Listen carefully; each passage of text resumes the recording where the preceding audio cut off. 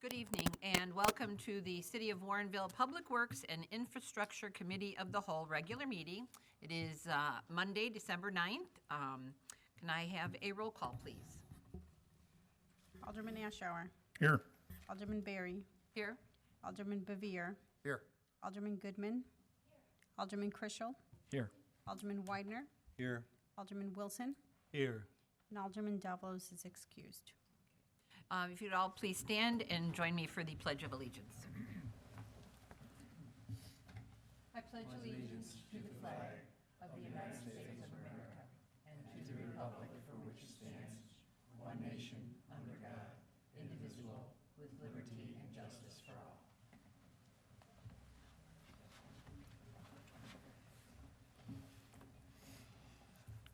Okay, citizens' comments.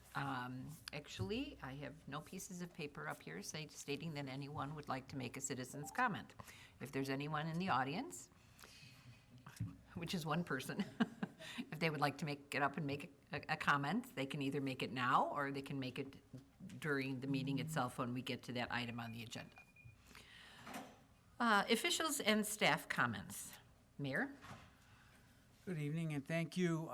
Thanks to everyone that made holidays a success this year. We got lucky with the weather. It was a wonderful crowd. The Park District, the Chamber of Commerce, and all the volunteers did a great job. A lot of fun was had, and the attendance was superb. So thanks again for all those efforts.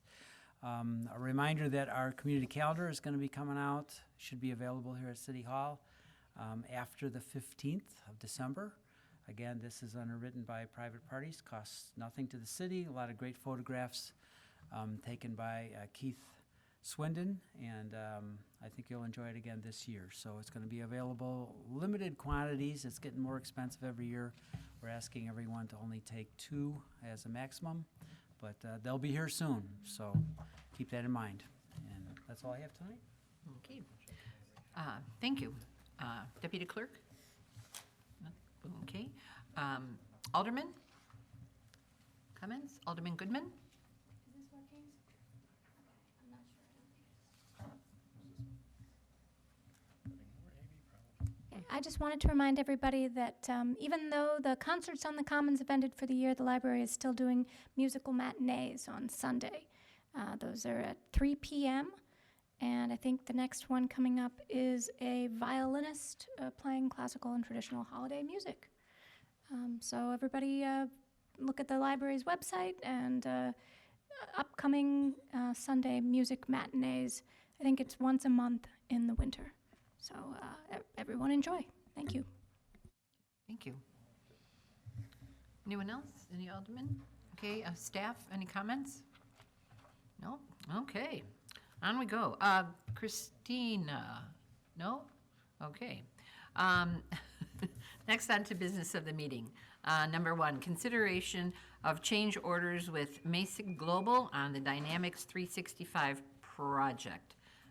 That would be Finance Director Kevin Dahlstrand. Thank you, Madam Chairman. In your backup tonight are 2 requested change orders from Masig Global, who is our consultant on our ERP project. Despite the best efforts of staff and Assistant City Administrator Christina White and myself, we do need to continue to extend the length of this project. We, because things weren't done in time and weren't ready on time, we've had to go with a phased-in approach. At the beginning of November, we did go, actually it was about mid-November, we went live with our general ledger, accounts payable, fixed assets. Procurement is live, but not yet in use by staff. We're still doing some additional staff training. Budget control, which goes along with that, with the purchasing and procurement, and basic HR. All that is in place as of mid-November. Because of the issues we've raised in here before about the issue with payroll and Microsoft no longer supporting that as of about 1.5 years from now, we are still working on getting the payroll piece of this whole thing in place. As you're aware, we've gone to ADP, which will be after the beginning of the year, which will be phase 2 of our go live here. We'll be doing timesheets and leave management then, as well as our talent, which is how we will bring new employees on board. We've also then had a third go-live phase, which is going to be grants and benefits and HR performance reviews, accounts receivable, and cashiering. That will extend out into March of 2020. After that, we've also had to extend, or recommending that we extend the Mazik City go-live. And if you recall, that is the piece of this that ties largely to community development and public works, which they are building completely from scratch. That now we are extending out until July would be the phase 1 of that go live, and then August of 2020 would be phase 2 of that go live. In relation to that, we are recommending also that we change our milestone payment structure. As you recall, our original agreement with them required that as they met certain thresholds in our go live, that we would pay them X amount of dollars each time. As those things did not happen, Assistant Administrator White and myself and other staff kept holding them to the fire, and we are recommending now that we change those payouts to occur more in line with the revised schedule of when things will actually go live, as I said, all the way out into August.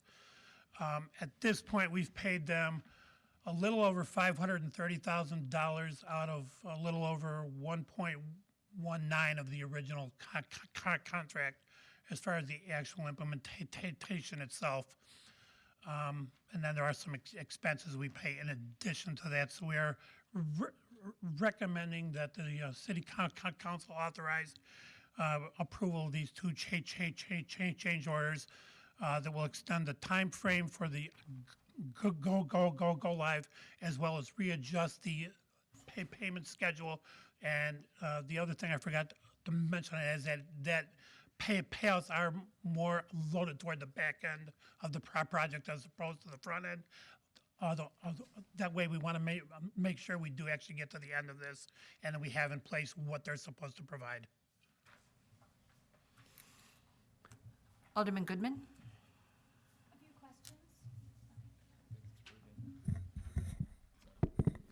A few questions. So was the $125,000 payment in November made?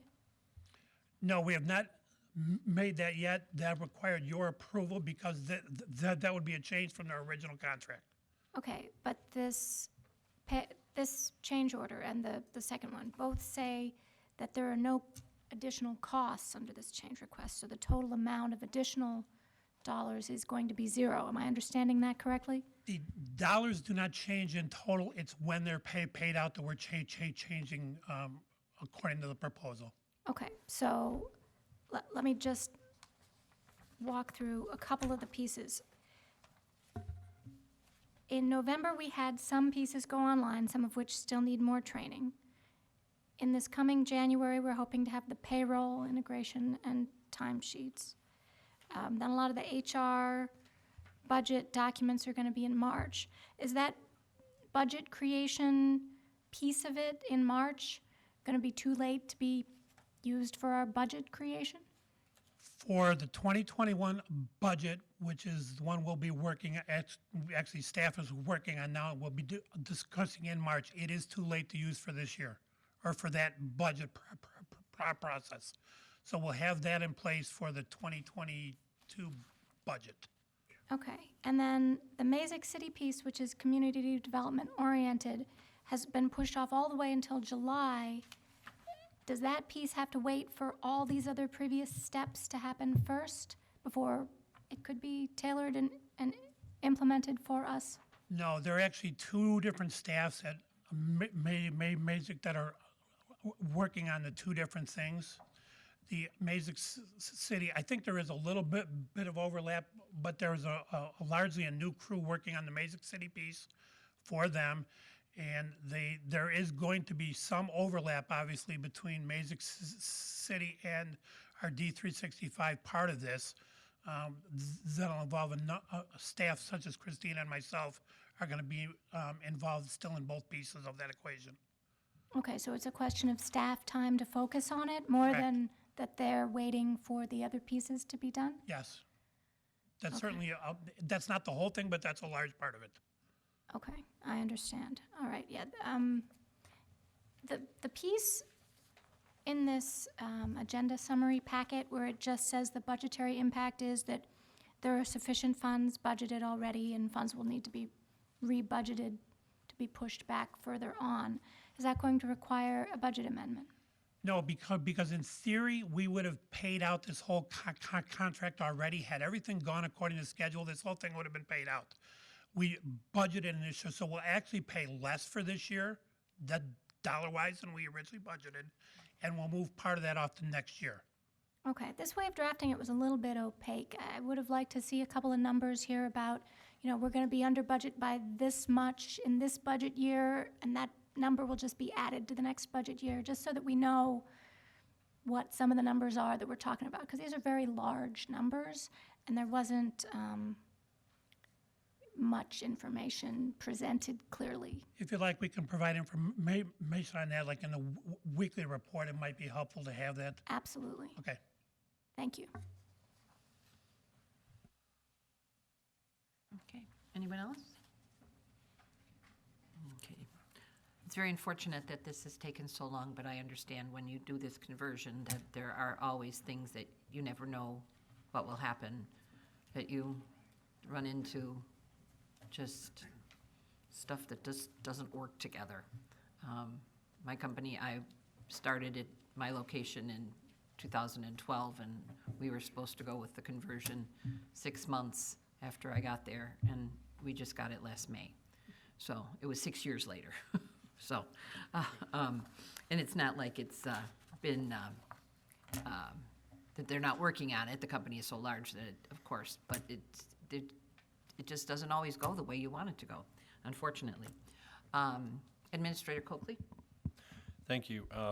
Alderman Barry, you hit it right on the head. These things don't go the way you want them to. This is an enormous undertaking for any organization, big investment for the city, and commitment of resources, of which we are limited in personnel resources. But I need to say the people leading this, everyone is working on it that is working on it is working hard on it, but the three folks that are leading this effort, two of them are sitting at the table, Christina and Kevin, along with Leo Bertram and the finance department are doing I'm not even sure the right adjective, a huge effort, which is understating it, to help keep the project on track as best as they can from our side of the table and manage all the folks that are working for us. We're smaller than some of the entities that the company that's supplying this for us has worked for before. We're a little bit different type of governmental body, and we knew it was going to be a big undertaking. We were just estimating it would take about half their time. I think it takes probably actually about 24 hours a day, because I understand they don't sleep. They think about it when they're at night. So long and short is just I want to make sure that goes at some point. We just remember those folks are doing their regular day jobs plus carrying this forward, and I just get little insights into what's going on, and they are keeping it on track as best as anyone can at this point. So thank you. Any other comments? Alderman Widener? Yeah, I was just wondering, has there been a lot of turnover with the consulting groups that we're working on this project with, the different personnel? The largest piece of that turnover has been with the project management. We are actually on, I guess would be our third project manager from the time we started this. The first one in place really kind of was gone almost immediately through some issues at the firm and got reassigned somewhere else. They then assigned a new PM to us. That I think that individual was new to being a project manager, and really it didn't work out all that well. The visual now, which is the third one in place. I would say that had he been in place for a lot more than he has, and he only came in, I think he came in July. Had he been in place all along, we probably wouldn't be in this boat by any stretch of the imagination at all. Because he's been on this, he's been staying on top of what's happening and really trying to push this to go. Obviously, they want to be done. We want to be done way more than they do. But had he been in place, we wouldn't be in this boat. And then, has there been any incentives or penalties attached to this contract? I don't remember the contract verbatim. I just wonder whether or not there are any clauses in there that encourage rapid delivery of the product or penalizing them if they don't meet certain marks along the way. There are. One of the things that, as Kevin mentioned, with the payment schedule, we have been withholding payment for, We haven't paid him for a long time. I want to say it's about 4 months since we've issued them a payment. We last paid him anything, August 6th was our last time we paid him anything. So that, Beyond expenses, I'm sorry, we did reimburse for expenses, but for the contract work itself, we haven't paid them anything since August. so that in and of itself has been, from their perspective, somewhat of a penalty because they obviously have their own expenses and staff to pay. We do have provisions in the contract that would allow us to penalize them further without having it in front of me. I believe it's $500 a day for every day that we don't go live. We have not invoked that provision in the contract yet. And part of the reason is that obviously we want to get to a successful end to this project, and they've continuously committed that that is their goal as well. They are working with us. They have reassigned staff and resources to the project. They've added on new staff. As Kevin mentioned, there's a new team coming on to help with the Mazik City piece in recognition of the fact that they haven't had the resources assigned on their end to get this to successful completion by the deadline that they had originally in place. So because of those contributions that they've made to move forward in a positive way and get us to the end, we have not invoked that piece of the contract. But that is a provision that's there that we can invoke at some point if we choose to do so. Okay. Alderman Wilson? Just one following question, and what is the total cost of this? Are we increasing the total cost for our project with these changes that have been taking place? Absolutely not. That's what I wanted to hear. Thank you. Well, not, I'm sorry, let me clarify a little bit. Not for the specific contract with Mazik, which is the actual product we're going after. We did, as you recall, increase our project management team that we hired to help our side of the equation. But on this contract itself, we have not increased the cost of that contract at all. These changes we're proposing do not increase that cost at all. Yes, I remember, the extras were our choice to do, so therefore we got, okay, thank you very much. Alderman Kruszel? Regarding the support after this, so this is all based on implementation, right? Is Mazik going to be the one supporting this going forward? I see support up until September of 2020. After that, what does that look like? The way that the contract is set up currently is that after go live, there's a 30-day support period that's included in the contract. We do have pricing from them for an ongoing maintenance and support contract where they would help with any issues, troubleshoot any concerns, issues. But there are also other Dynamics and Microsoft implementers out there that work with Dynamics products. So Kevin and I have talked about whether or not that is going to be the ongoing relationship. It's going to depend, obviously, on how this overall project comes to a conclusion. The Mazik City piece being that they're building for us basically from scratch and doesn't exist currently, may present a challenge in switching to a different maintenance company after the fact. So those are all things that we're going to have to evaluate in terms of whether they can provide the service that we need going forward. Okay, thank you. Any other questions or concerns? Okay. We have a motion. Alderman Goodman?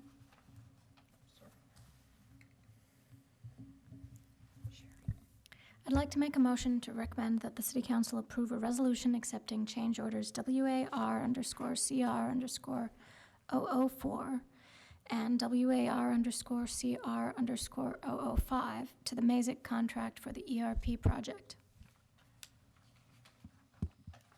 Second. Okay, we have a motion by Alderman Goodman and a second by Alderman Wilson. All those in favor? Aye. Opposed? Okay, motion passes. Number 2, presentation of final public works service levels and staffing study status report. This is Kristen Youngmeyer, our management analyst.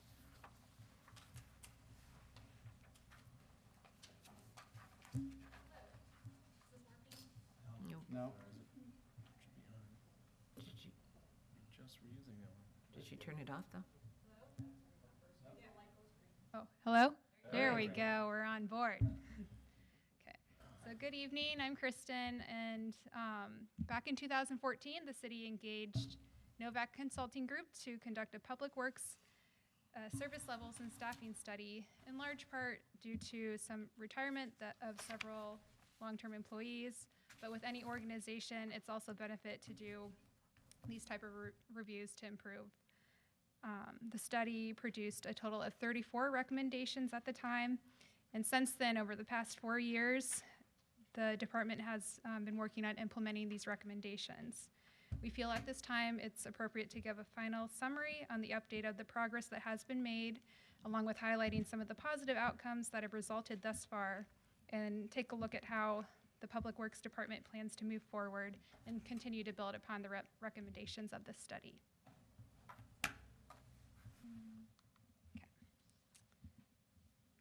So of the 34 recommendations, 12 have been completed and 22 have been implemented. To clarify on recommendations that have been implemented, this includes long-term projects that are currently underway, as well as those recommendations that are dependent upon the implementation of the ERP system.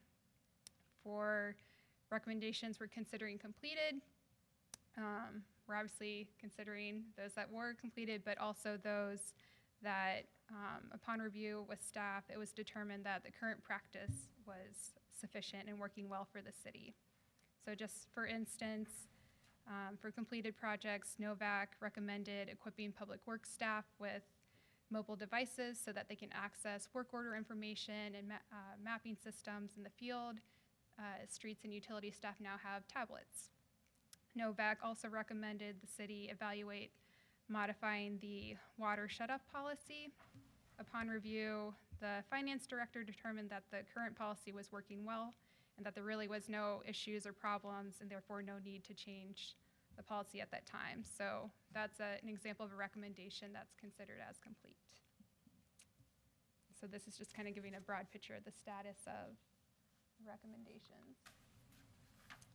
In the report, Novak presented the recommendations in 9 categories, and in forming these, they took the time to analyze Public Works strengths, challenges that the department was facing, along with opportunities. Some of the strengths that were identified is that the department has very skilled, experienced employees and is very fiscally prudent.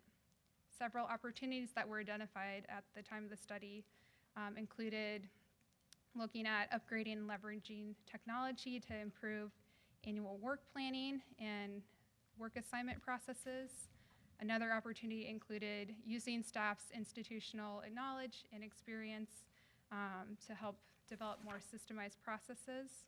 And finally, another opportunity was for the department to become more proactive in managing the city's assets. And so getting a good understanding of what opportunities and strengths existed in the department helped form the recommendations in the study to make sure that the department would be successful in implementing the steps to move those recommendations forward.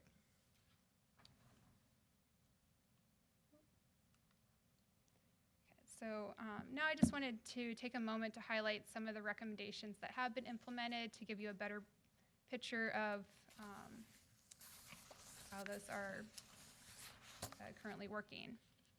So for the very first recommendation in the study, as previously mentioned, to improve work planning, Novak suggested the department implement an electronic work order system to streamline work planning, assignments, and performance measurement data. At this time, an email-based work order system is being used. It was implemented starting in June 2017, and we are collecting internal and work order information using Excel. So this is just kind of a glimpse at how we're of the information we're tracking. So we're able to see when it's submitted, where that information is coming from, who's submitting it, who's responding to it, as well as notes on the work orders. Once the ERP system's in place, that's going to help with the streamlining process, collection of that data. That's just one example of data being collected now. Novak also suggested collecting data for work order planning to develop outcome and efficiency performance metrics for each Public Works Department program for recommendation number 4. And their 6th recommendation in the report also suggested utilizing a work order system to track labor hours by major task. Again, both of the data being collected right now is being tracked and organized in an Excel system, but with the ERP, that's also going to help with that collection and make analysis easier. But at this time, this is an example of information that we can pull from the the tasks that staff are currently tracking. Staff are tracking their time on a daily basis in a log. And so in the graph behind me, we can take a look and see how divisions are spending their time on various time fragments. It could be by day, by month, by year. So just an example here, we can see how last January the streets department spent staff hours. But we could also, since staff are keeping daily logs, we could take a look at an individual that might help inform feedback on performance. So those are just some examples of how data can be used to help improve daily functioning as well as planning within the department.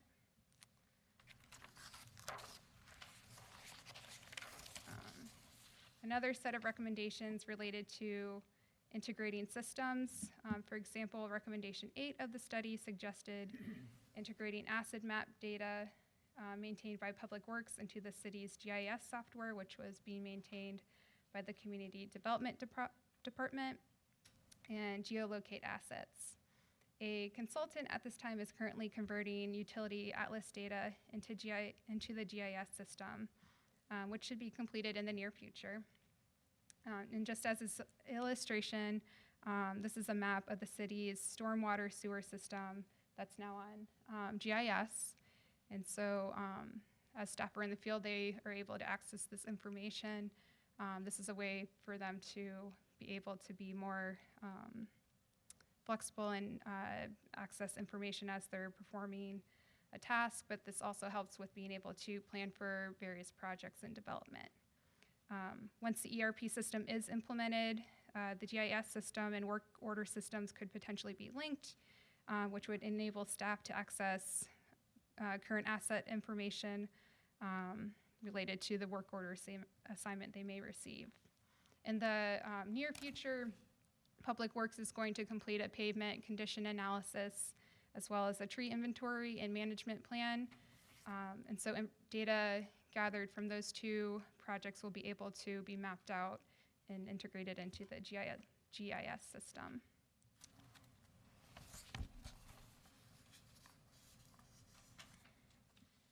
Another recommendation I wanted to highlight related to capital improvement planning, where Novak suggested the department increase energy efficiency by continuing the conversion of streetlights to energy efficient LED technology.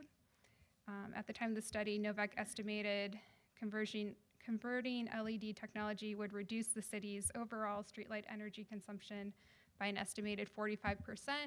So even though we can't do that, convert all the streetlights at once over time, that could have a very positive impact on our budget. This year alone, staff have received incentives to retrofit 89 streetlights to energy efficient LED fixtures around the Cantera area. The picture on the right shows where some of those installations have occurred. And looking at this year, approximately 240 decorative streetlights have been installed, and ComEd incentives have been applied at the point of sale for those lights. In general, replacement of lighting occurs on an as-needed basis, and staff will continue to assess and pursue grant opportunities to help offset these costs, and we'll continue, for any streetlights replaced in the future, we'll continue to do so with energy-efficient lighting.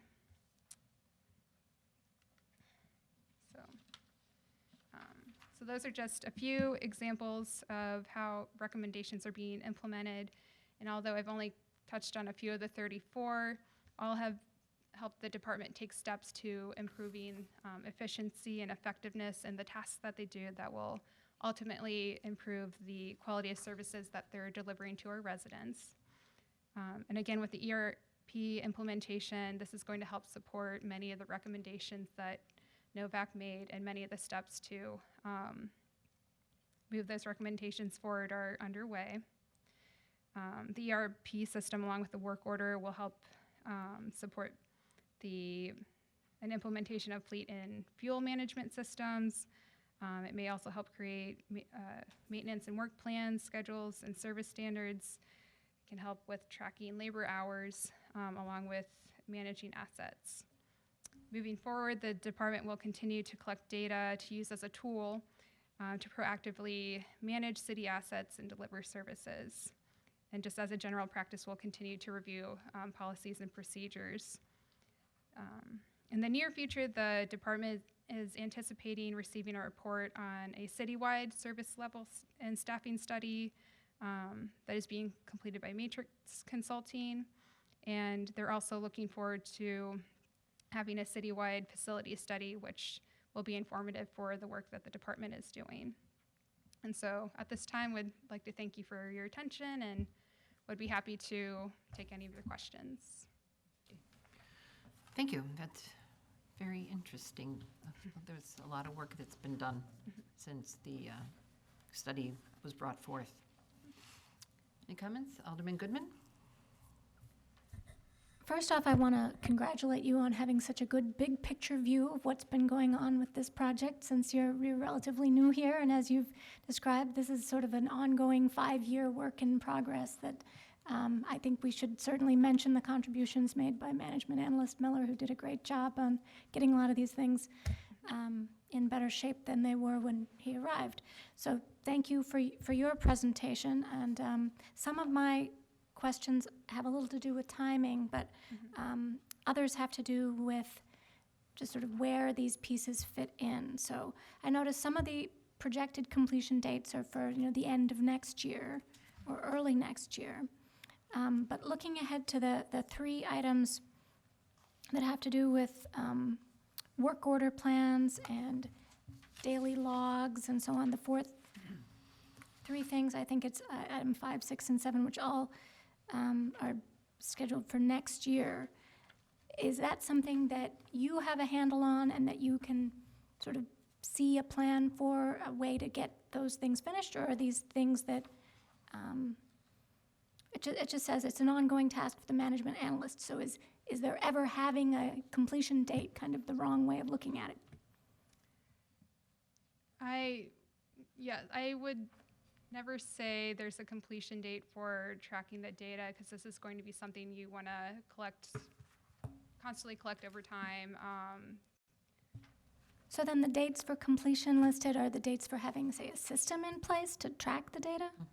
Well, my understanding, so when Justin started, he, got the data collection organized, and the information that we have goes back maybe a year or two. So there's still some steps in place to get that data organized, maybe develop dashboards.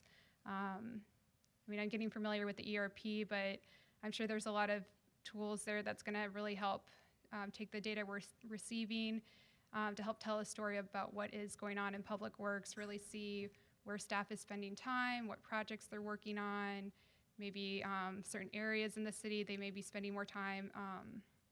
So while we are collecting data, there's many ways that it can be used.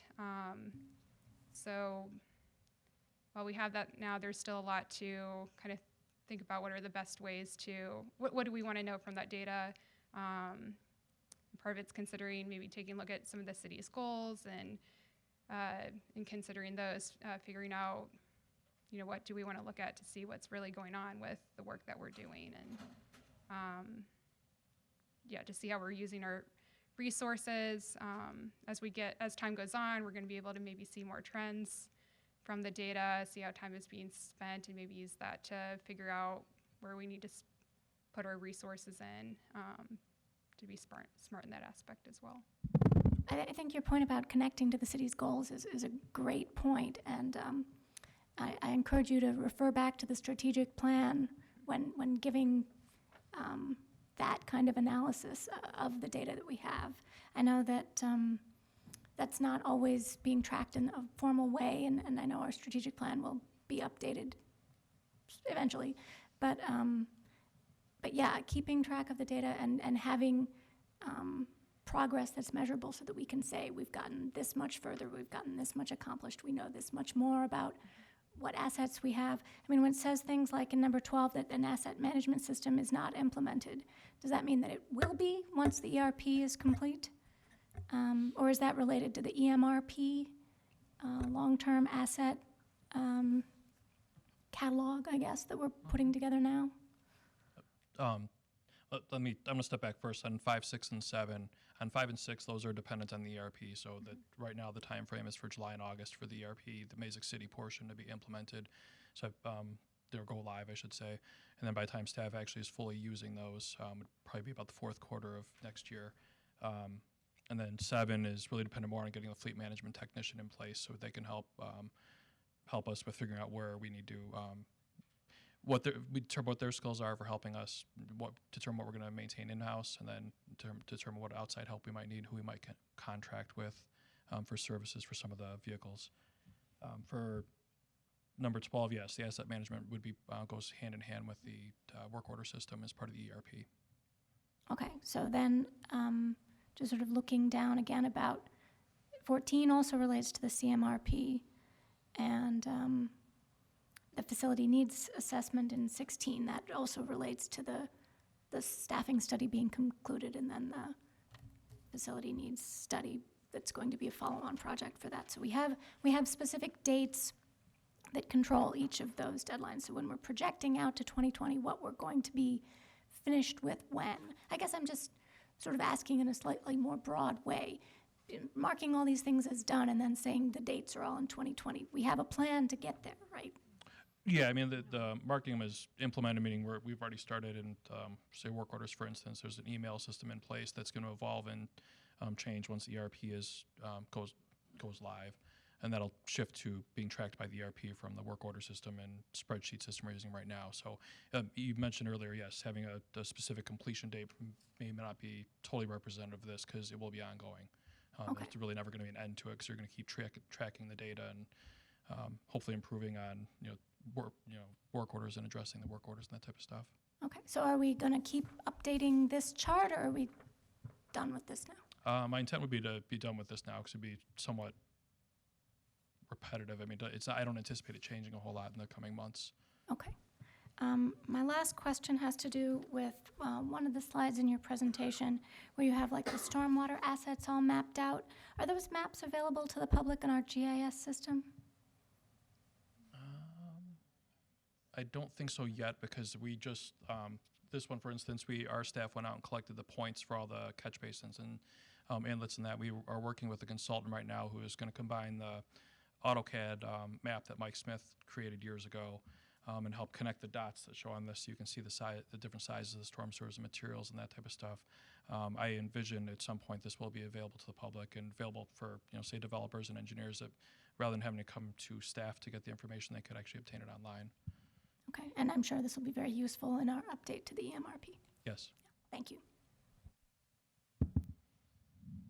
Alderman Weidner? The work order tracking system in recommendation number 6 talks about tracking by major tasks. In your presentation, you also talked about the usefulness of tracking labor hours, and I just wondered whether or not recommendation 6 will have to be amended so that like the non-major tasks that employees undertake would be accounted for in some manner so that you would have a total picture of the labor hours? Well, I know one of the major tasks, there's a miscellaneous category, and if staff do record hours, they can put notes in what they're doing. So to some extent, I think there's effort being made to get a picture of all the tasks the staff are working on. So at the end of the year, if they're done with their coding, it'll show if they were a full-time employee and they put in 2,040 hours. This system would reflect basically, with the exception of lunch and sick days and things like that, the number of hours that they had spent both on major tasks and maybe the small, the routine or the other type non-coded major tasks. Yes, yeah, that'd be the intent, is we'd be able to have some idea of probably their efficiency. I mean, if and as Kristen mentioned, the non-major tasks that don't really have a category, I mean, there might be these kind of one-off things that they spend time on that kind of fall into a miscellaneous category, but they are still actually working and being productive. This would be an idea probably on their productivity, I guess, overall, more so than catching every little. Mm-hmm. There won't be a whole list of detailed tasks they did. You'd have to catch, the water division employees go out and they have routine tasks they do every week with checking wells, checking lift stations and things like that, that you get a good sense of how much time they're spending on that. If we add it, when we do add another water tower and well, we should be able to identify how much extra, it's not gonna be a significant, like a whole person, but how much time each year that someone else is gonna have to spend on checking that additional water tower and well, or every time we add a lift station or other infrastructure. Okay. And then the complete streets ordinance that we passed, is that included in some of the pavement analysis and the other categories that are within this document to be able to, understand the amount of efforts and tasks that are undertaken with our trails and pathways within the city? I would say that the study didn't specifically address or mention complete streets. That's something that we addressed. We, working with community development, worked on separately.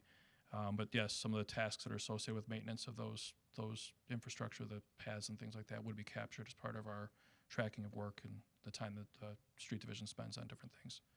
And then with Alderman Goodman's comment about the strategic plan, things like the replacement of the LED lights, somebody's overseeing that to make sure that the city's initiative to participate in the Dark Skies program would be evaluated at the same time we're switching over lights so we don't interfere with our progress or movement towards including our city as part of the Dark Skies initiative. That's something we'll have to evaluate as we're going to continue to evaluate as we go through this. Again, that bigger picture look that Alderman Goodman mentioned earlier, trying to take that with these specific items that we're incorporating into the, that Public Works is dealing with in this study and need to be considered at the same time.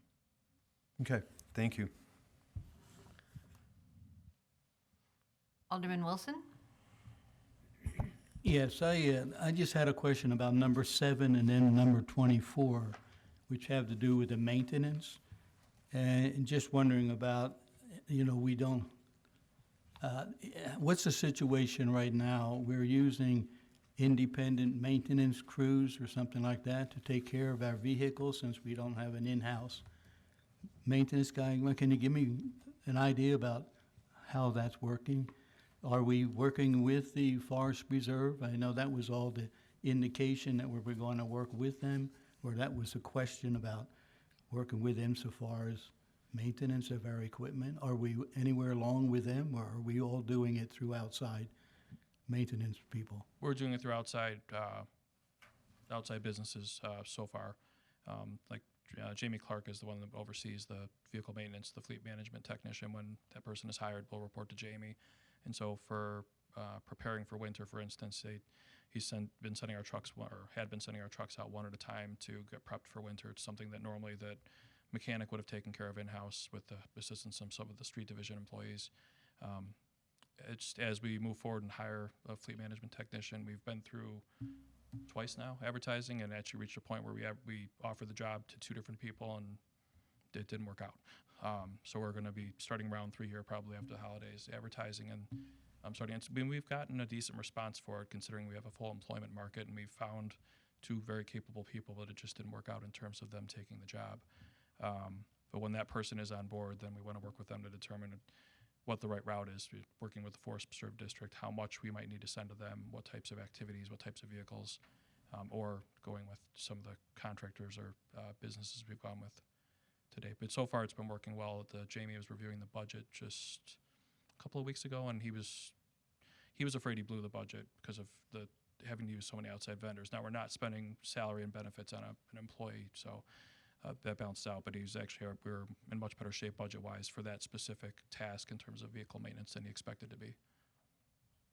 Well, one of the things I did note in our monthly report from the budget, from Kevin's department there, that for that last month that we had for maintenance on vehicles, there were like 6 or 7 vehicles that were sent outside to do. And that figured, if memory serves me right, was close to $10,000. Yes. And that seems, I mean, that was my question when I saw that we're spending, it cost us like $10,000 for the maintenance on those vehicles. And I thought how many vehicles we have, and if this is going to be gone, it's quite a lot more expensive than having an in-house guy if we could have it. So Sure. That was one of the questions I just wanted to get. Where are we, and how are we going to handle that so we're not, if that was on like 6 or 7 vehicles, I hope we're not doing that every month, but I'm sure you're not, but it just raised my eyebrow. Sure. And no, we're not doing it every month. Those vehicles specifically were our, 4-wheeler dump trucks and the 1 6-wheeler dump truck we have, getting them prepped for winter. So getting them making sure they're ready to be able to plow snow and put salt down. And they were, in doing that, they did identify a few more expensive repairs on our older vehicles. That's why the number's a little higher right now. But that's not a monthly thing. That's a seasonal thing. Right. Okay, thank you.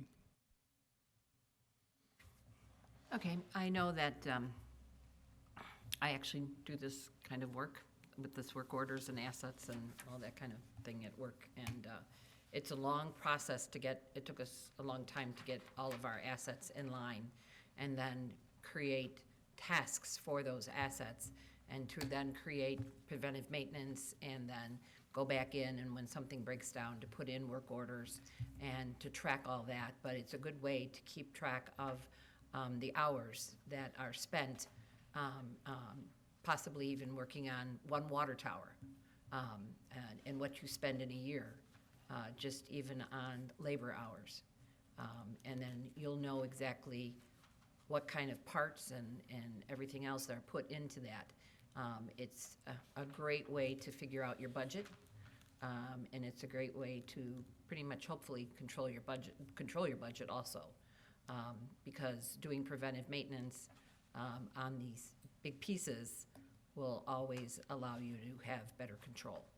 So but it is a long-term process, and it's constantly changing because you're constantly updating all that information every single day, practically, for what the gentlemen are doing outside in the field.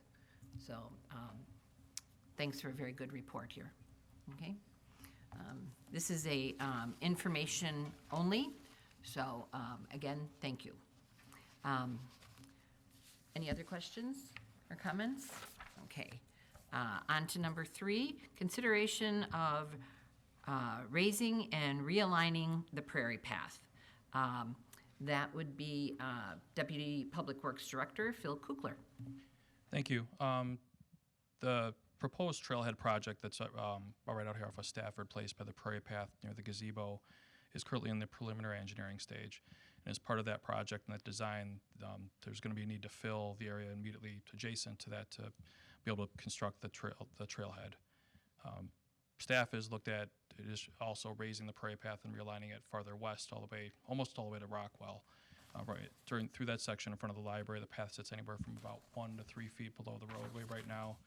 There's that sidewalk that comes from the crossing right from the library entrance, where there's a set of stairs that go down to the Prairie Path, so it's not particularly accessible for everybody. So recently, Jamie Clark was discussing with Lexington Homes the excess soil they have on their site off of 59 there, and they're looking to haul it away sometime during the winter time here. And they'd indicated that they would provide it to the city for free. They would haul it here for free. And part of the reason they could do that is it's a shorter haul distance for them, so it's cheaper for trucking, and they don't have to pay for dumping it then on top of it. So it would be all around a cost savings for them. There's a bit of a timing element here where they do want to get rid of that relatively soon, so their site looks cleaner and is more attractive to people who are looking to buy their homes. So we're working with them, and Jamie's going to be in contact with them depending on what the results are here tonight and next week, with staff getting direction to proceed or not on this, to let them know if we're interested. Now, just because the soil's free doesn't mean that the project itself would be free to raise the Prairie Path and realign it. There's still going to be, staff is going to have to rent some equipment to be able to spread the soil out. There's going to be a need to reconstruct the path and its new alignment and elevation, which is going to be some stone materials, and that'll be done by staff as well. There's going to be a need to remove some trees and clear some brush out of there, which is going to be a private contractor that we would hire. And there's some engineering and survey work that has to be done as well, and landscape restoration at the end. So staff estimates that would cost about $65,000, which sounds like a big number, and it is. But when we look at, if we were to bid this work out totally as a project, it would be about $145,000. So this is an efficient way to get this work done. It would actually take a little bit of work away from the trailhead project as well, because we'd be taking care of the filling that they would have to do as part of that project, as well as realigning the trail for the entire length, which they were proposing to do as part of their project as well. Ultimately, I talked to Finance Director Dahlstrand. We do have money in the current fiscal year budget in the general fund to be able to absorb the $65,000 in costs without a budget amendment. So from my perspective, this is a good opportunity to get some work done in a cost-effective way. And at this point, I'd be happy to answer any questions if you have them. Okay. Alderman Widener? Yeah, I think this is the ultimate savings to the city to work with Lexington Homes, you said, to provide the fill. If there would be any extra assistance that they could provide in spreading the dirt around, that would be, I think, could be an additional savings to the city, since they're probably anxious to haul the dirt. If they had the equipment to spread it to our specifications, that could be a benefit to explore. And then also, while this project is underway, it would just be, I think, great for the Prairie Path users and the people passing by to observe some kind of signage that described, what the construction was all about, what they have to look forward to as a result of the changes that'll be taking place. Yep, we can look into that. Do we have to contact the people who are in charge of the Prairie Path to make sure that this is all okay with them and they know what we're doing? And We will need permission from DuPage County, and I've reached out to them already just to kind of outline what we want to do and try to determine, what type of permitting we need. We have an agreement with them to be able to maintain that area, but that doesn't involve, filling the whole area and shutting down the Prairie Path for a couple weeks or anything like that. So we will, I imagine, need a permit from them, and then I was supposed to have heard back from them today. I did not hear back from them yet today, but they were going to give me some feedback on the feasibility and the timing of how long their process would take to go through. And hopefully, again, assuming we get direction from council to proceed, we could start working on that permit application in the next week or two here and get it submitted so we can, before the holidays, so we can get some feedback from them and hopefully get a permit sometime in January to get moving on this project. So the current Perry Path will remain open until you open the new one and then close down? So No. it would actually, there would be a time period that there would be no Prairie Path between Rockwell basically and Batavia? Yes, that what you just said is correct. There would be a period of time where it'd be shut down so they could haul the dirt in, 'cause we'll be filling in over the top of the existing path. And then we'll be realigning the path up closer to Butterfield Road. It'll still be within the county right away, but just parallel to Butterfield Road near that right-of-way line. And we would detour the path users onto Stafford from just in front of City Hall, the City Hall parking lot, to Rockwell. And the first thing we do after we grade is get the path reestablished, so then we could get the users back on the path and minimize the closure. Okay, so you said from in front of City Hall to Rockwell? Yes, That's where they would be diverted? yep. Okay, so basically from City Hall to Batavia then would be, They would still be able to use that from Batavia. They would come down by where the drinking fountain and the bike rack are right now, and then there's eventually a sidewalk that runs along the City Hall parking lot. They would be diverted along there to get out to the Stafford Place. okay, good. Okay. Alderman Goodman? So one thing I noticed about the summary of this in the summary memo was that it didn't include, or at least I don't think from the way you phrased it, didn't include any costs for labor when you were talking about the costs of this project. And it does say that the asset that we'll need is significant staff time. So I was looking at the Public Works Department 2020 work plan, and there is a preliminary engineering design for the Trailhead project listed in the work plan. But am I mistaken, this isn't in the work plan at present? No, this was not in the work plan. Excuse me. This was not in the work plan. This was an opportunity that just came up recently. And from my perspective, it'd be a good idea to take advantage of it so we could prioritize maybe street division staff time to work on this in the late winter months. So there are several things that were, in the work plan identified as we don't have time to work on it this fiscal year, like the multi-use trail connections in Warrenville Grove and various other things. But what do you think is going to have to be pushed back in the work plan if staff takes advantage of this new opportunity? I don't know if anything would necessarily have to be pushed back. The private drainage assistance project that we have accounted for in the current fiscal year work plan. Right now, we're going through the engineering phase, and that seems to me it's probably going to be pushed to next fiscal year, so probably summertime, because where you're dealing with a wet area, it'd be better to work on during the drier months. So I would anticipate that gets pushed back to next fiscal year. Okay, but you don't identify any of these other items that are listed here as probably going to get done in 2020 as being too tight? No. If this is added, because this sounds like it's going to be quite a lot of staff time. In talking over with Jamie, I think it's going to take probably about 2 weeks or so. I mean, Lexington is going to come in here with their trucks and just bomb the dirt in. It's going to have to be moved around quickly. Jamie's talked to Duncan Excavating, who's the contractor that's working for Earhart Construction and their equipment over here, about renting their equipment during that time because they've got a larger bulldozer to use. And really, I mean, you might have a couple of staff people working at that point in time, but it's really probably mainly that one larger piece of equipment that's going to be pushing the dirt around for a while. And there will be times where the entire street division is out there, but it won't be the entire 2 weeks. Okay. I guess this is not the first time that this has happened. It's a standard way of doing it where they don't include anything in the budget for the amount of staff time spent on things. But I guess I just want to express a little bit of mild frustration that staff time isn't free. It's a very significant resource of the city, and I always see that and kind of go, oh, when it's not included as a budgetary item. When you're hiring a consultant to do something, yes, it often costs more, but then sometimes frees up staff that can spend their time on other public interests. That's all. Thank you. Okay, thank you. Any other comments? Questions? Okay. Need a motion? Anyone? Over here. Oh, okay, Alderman Wilson? I'd like to make a motion to recommend the city council authorize staff to proceed with the design, permitting, and construction to raise and realign the Illinois Prairie Path between Rockwell Street and Batavia Road. Second. We have a motion by Alderman Wilson and a second by Alderman Widener. All those in favor? Aye. Opposed? Okay, motion passes. Number 4, consideration of tree inventory and management plan contract.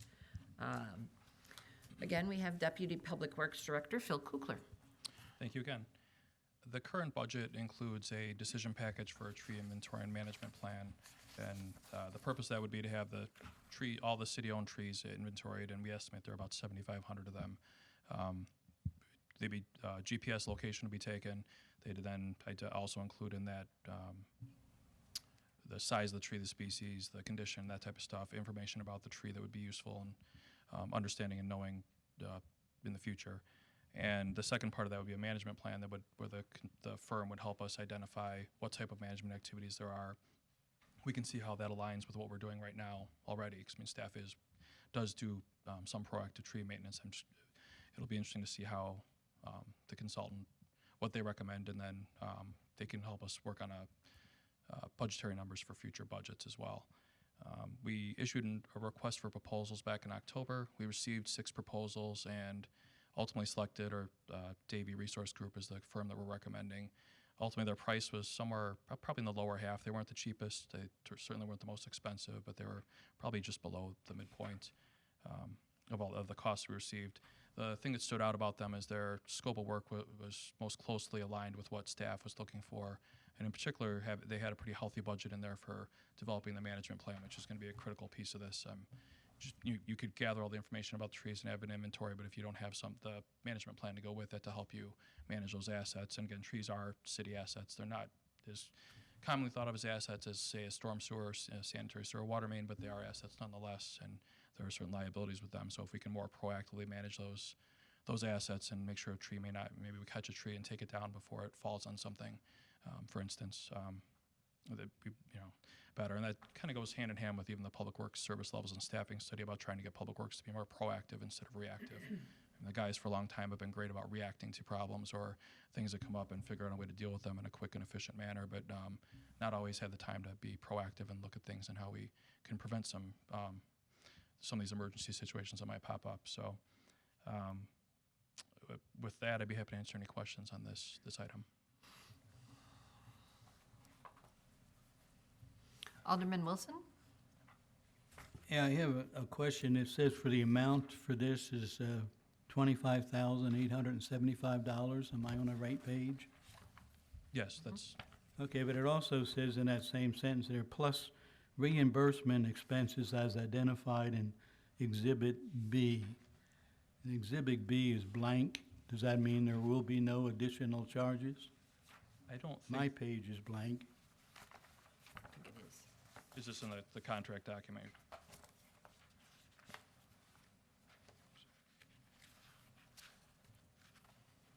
Yeah, they didn't identify, so Exhibit B, the page after that blank page is what their costs are, and they didn't identify any reimbursable costs. They're not the same as like an engineering firm or an architectural firm where they might have printing costs or things like that. They're gonna go out and identify these at $2.85 per tree, and then ultimately they're gonna work with us and $4,500 for a management plan.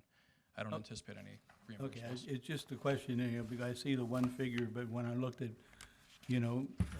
Exhibit B, there was nothing there, so I'm assuming there will be no extra charges. Okay, thank you.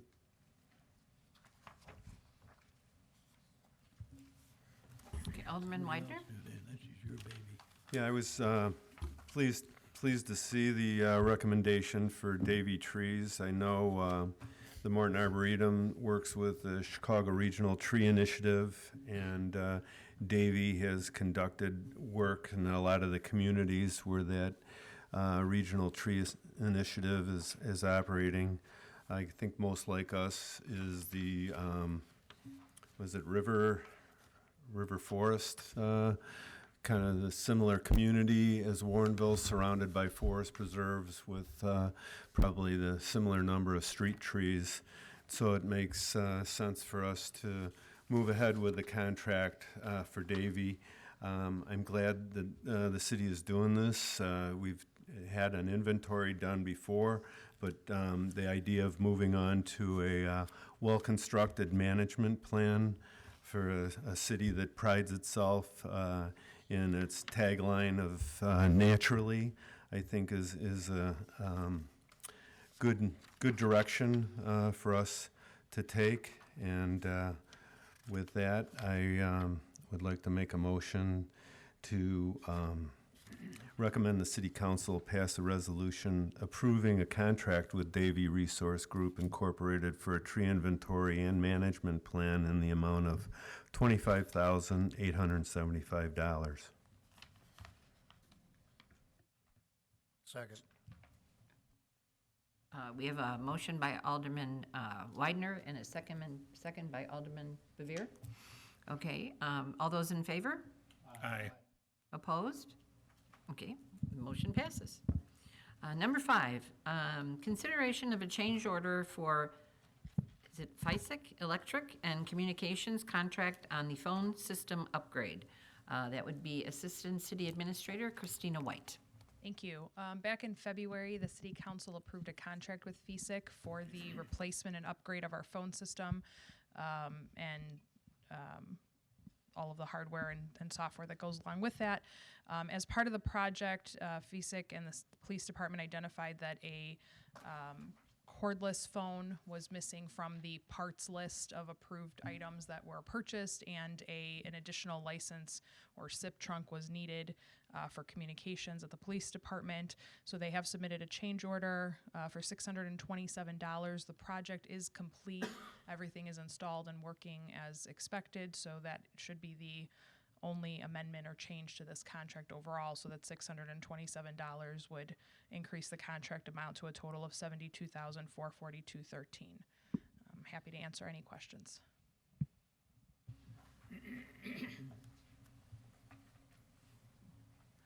Comments, questions? Okay, Alderman Ashour?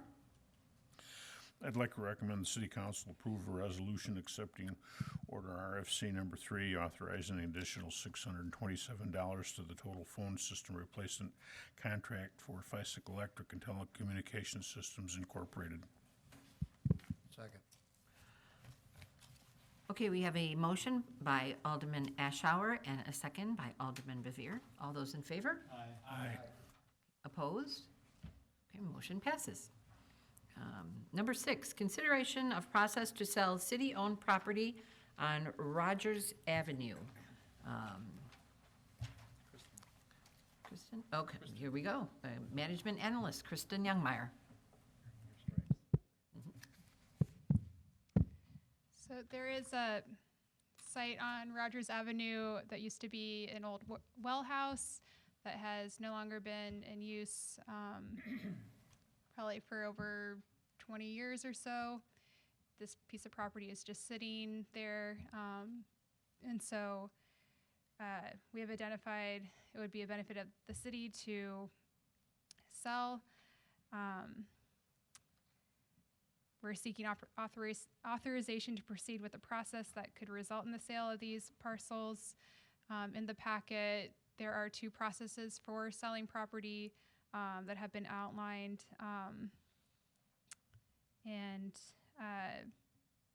in considering the expenses for selling these would include getting professional services to get an appraisal, title commitments, and a plat survey in preparation for the sale.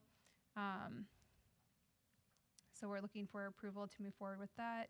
And if you have any questions, I'd be happy to take them now. Alderman Goodman.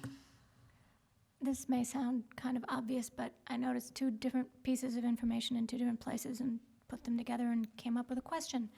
In Exhibit A, it says that the well house is scheduled to be demolished early in the year of 2020. And in the valuator's letter, they said that they're going to do their appraisal within 3 weeks. So I guess my question is, will the appraisal be done before the building is demolished? And probably shouldn't be, and will it really be demolished within 3 weeks? No. The building will be demolished before the appraisal takes place. It'll be done, we're looking at either using a contractor to see if a contractor could do it more efficiently, that less costly than staff doing it, but we're looking at that right now to determine whether staff's going to do it or a contractor, and that'll be done before the appraisal's done. I mean, that would only make sense. That's why this is sort of an obvious question, but I just wanted to clarify. Thank you. Any other questions or comments? Okay. Motion? Alderman Wilson. I'd like to make a motion to recommend the city council authorize staff to coordinate the sale of 2 parcels of surplus city-owned real estate. Second. We have a motion by Alderman Wilson and a second by Alderman Bevere. All those in favor? Aye. Opposed? Okay, motion passes. On to number 7, consideration of motor vehicle safety and police pursuit policy updates. Assistant City Administrator Christina White. Thank you again. In a continuing effort to review the city safety policies with the safety committee, we have 2 additional policies tonight for your consideration. The motor vehicle safety policy was actually brought forward previously at the October 14th meeting, but after passing it around to the department heads, there were some changes that were recommended, mostly by the police department. So that policy that is now included in the packet is the revised draft of that policy. The second is the police pursuit and emergency response driving policy. This is a new policy that was not included previously. The police department has reviewed it and made substantial changes to the recommended initial draft policy, and this follows along with their internal procedures that they follow for any pursuits. With that, I'm happy to answer any questions. Any questions or comments? Okay. Motion. Alderman Goodman? I don't see any questions, so I will make a motion to recommend that the city council adopt the motor vehicle safety and the police pursuit and emergency response driving policies effective immediately. Second. We have a motion by Alderman Goodman and a second by Alderman Bevere. All those in favor? Aye. Opposed? Okay, motion passes. Number 8, consideration of pole attachment license agreement with Verizon. Deputy Public Works Director Phil Kugler. Thank you. The agreement that's included with the agenda backup materials is based on a template that we developed, the city attorney and staff developed with AT&T earlier this year. So council approved one of these agreements with AT&T in June. We took that template and used it with Verizon, so actually it was we were fairly efficient in terms of just customizing it for Verizon to get their correct information in there and a few minor tweaks. And this is to kind of establish the terms and conditions under which they can have their small wireless facilities within the city right away, so whether it be on city light poles or their own standalone structures. This develops the kind of framework as to how they can install, operate, and maintain their infrastructure in our right of way. With that, I'd be happy to answer any questions. Alderman Bevere? Yeah, Phil, is this light poles all over town, ComEd poles too? Or is this just stuff in Cantera? No, this would be for all over town. So right now, Verizon's got, I think, something like 15 sites proposed throughout town. 11 of them, I think 11 of them are in Cantera. So those are, in the case of the Cantera area where we've got the taller light poles, whether it be Verizon, AT&T, they would take that light pole down, replace it with one of the same type but sturdier that was meant to accommodate their infrastructure on it. In the case where we don't have the taller light poles, I would envision actually, the Butterfield Road, Batavia Road intersection would be a spot where we have taller light poles that might be able to accommodate these structures or these facilities as well. But in areas that don't have those, if they could work something out with ComEd, like I think AT&T might have some long-standing agreements with ComEd that would allow them to put their facilities on a ComEd pole fairly easily and at a low cost. I'm not sure Verizon has that same access, so if they don't, they would put up an individual pole and at the location they need it. And there's not really a whole lot that we can do to stop them from doing that. We've talked it over with the attorney. We can have some influence on maybe with having them move it within like 100 feet because these things are fairly precise. They're meant to pick up smaller areas. So if they proposed it at the corner of a lot, we might be able to make a move it like one lot over or something like that, but not, we couldn't make a move it like 2 or 3 blocks over to a city property, for instance. We actually tried that in talking with Verizon, and they really need them to be in certain spots in their analysis. Yeah, because down by my house, their poles are all on one side of the street, and then ours are in the backyards, but they're putting a pole where there's never been a pole before. And, you know, I guess nothing you can do about that. I don't know why they didn't go across the street and put it on the ComEd pole. That's my question. We really tried hard to encourage them to do that, and they came back with costs that ComEd was going to both monetary costs and just the time to coordinate with ComEd to get that approved. And again, I think that's a difference between like a Verizon and an AT&T. I think AT&T would probably have a better chance of getting it on a ComEd pole, where Verizon is it's gonna cost them more. I don't think ComEd wants these things on their poles. It's just one more thing that they have to deal with and coordinate when they have a project or they have to replace a pole. So I think I don't know how much of a choice they have with AT&T, but with Verizon, they can tell them no, or they can make it so cost prohibitive that Verizon looks in a different direction. Okay, thank you. Alderman Goodman? So this is very similar to the previous agreement, and we basically are constrained by the state law in the way that we can contract over this. That doesn't mean we have to be happy about it. I certainly hope that the new state government that's begun work this year on many items will reconsider this ill-advised legislation that was passed by the previous administration at a state level, which handcuffs municipalities from having local control over the small cell wireless facilities. And in particular, as all of these telecom companies are rolling out the 5G network, we're going to have these unsightly heavy things on our poles with no local concern or control over aesthetics, safety, costs. You know, our staff is going to have to spend time on this, and the fees that we can charge are absolutely negligible. I really encourage anybody who is, in communication with their state legislator to raise this as an issue and try and lobby for changes to the state law, because it's a terrible law and it constrains what municipalities can do in these circumstances. We're going to have to approve this agreement tonight. That doesn't mean it's a good agreement. That doesn't mean it's friendly to our residents or to our city government. And in my opinion, it's a tremendous shame.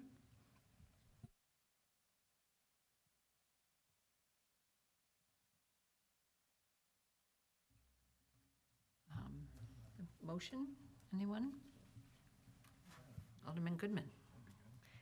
All right, I will make a motion to,